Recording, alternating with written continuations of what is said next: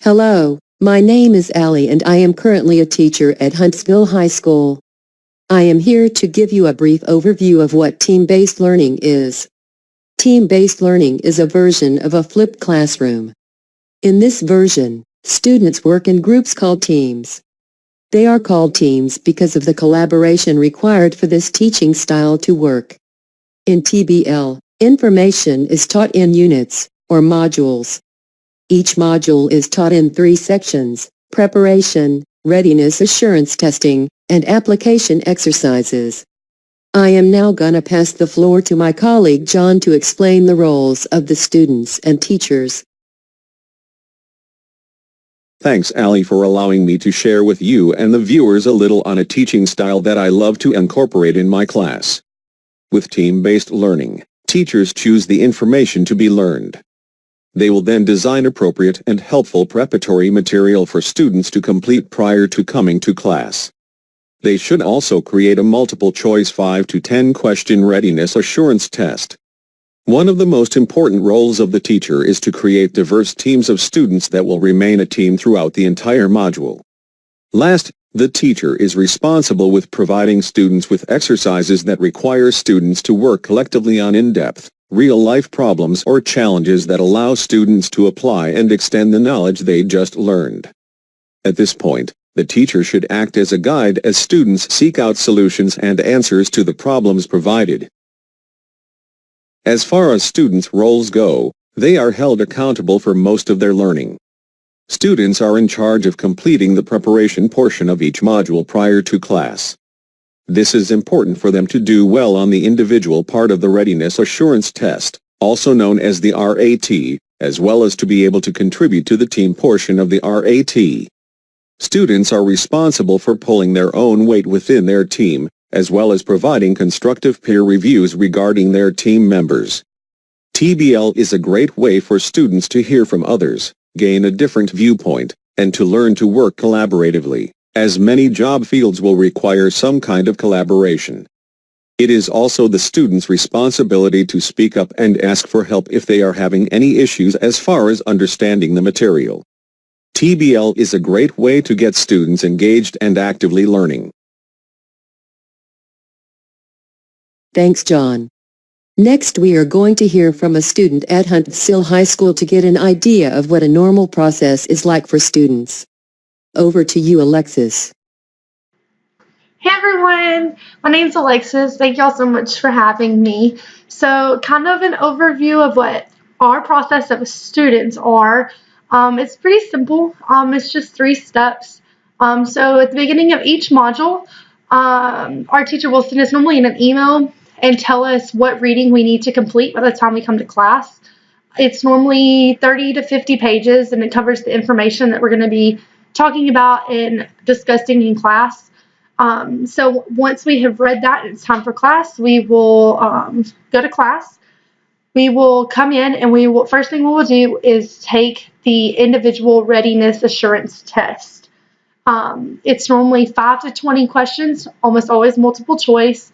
And once we have completed that, we will turn in our answers and we will immediately go into our teams that we have already been assigned. So once we get into our teams, we're going to take the same exact readiness assurance test that we took individually as a team. When it comes to the team part, we only submit one answer. So we really have to cover and discuss what we think is the best answer and come to a consensus of what answer we would like to submit as a team. So after the readiness assessment assurance test is done with the group, then we have a period of time that we call the appeal time. During this time, we kind of go over our test as a team and we look at the answers that we got wrong. And this is when we use this time to argue why we believe that we should get credit for those and why we believe that that is the right answer. After the appeal time, we go straight into our real life experiences.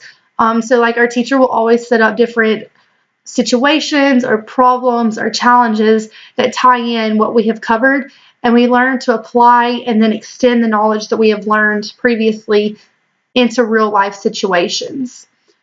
Throughout the module, we'll also be doing peer evaluations, and that kind of lets us tell our teacher like our perspective of our teammates and if they're pulling their weight. And it also gives our teammates a chance to let us know and let the teacher know if we're personally pulling our own weight.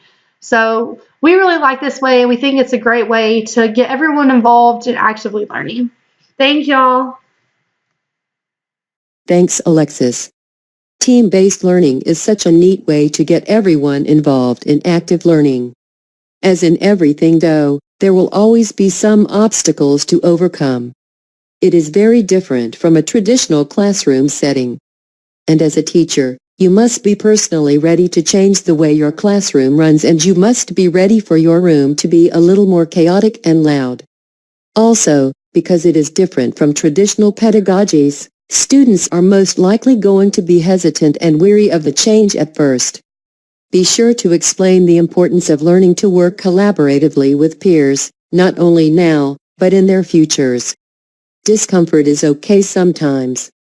As a teacher, it is important to establish a fair grading system if some students are unwilling to participate and pull their own weight.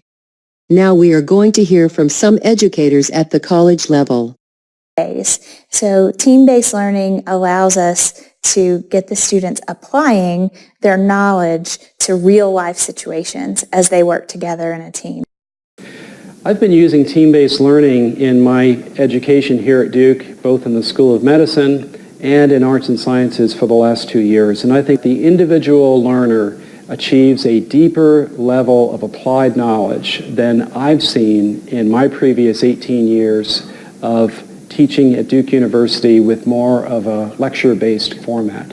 The team has to do the same test again, and for each question the team only gets to submit one answer. So part of what this methodology does is it forces a student to explain why I know this to be the right answer. This is how I understand it, and this is why I understand it, and try to convince the other students and have a discussion about it. And it's through that discussion that they can crystallize their ideas and remember it a lot better. As you can see, the research supports this. Teachers, professors, and students alike have all gained so much from experiencing a learning environment as team-based learning.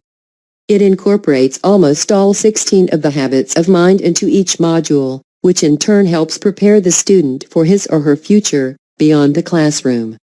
Team-based learning is an incredible new pedagogy that crystallizes information in students' minds that allows them to remember information past an exam.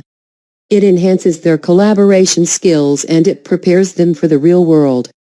Thanks so much for joining me and my colleague to get special insight on this new and amazing way of teaching. Until next time, I am Allie. Have a great day, everyone.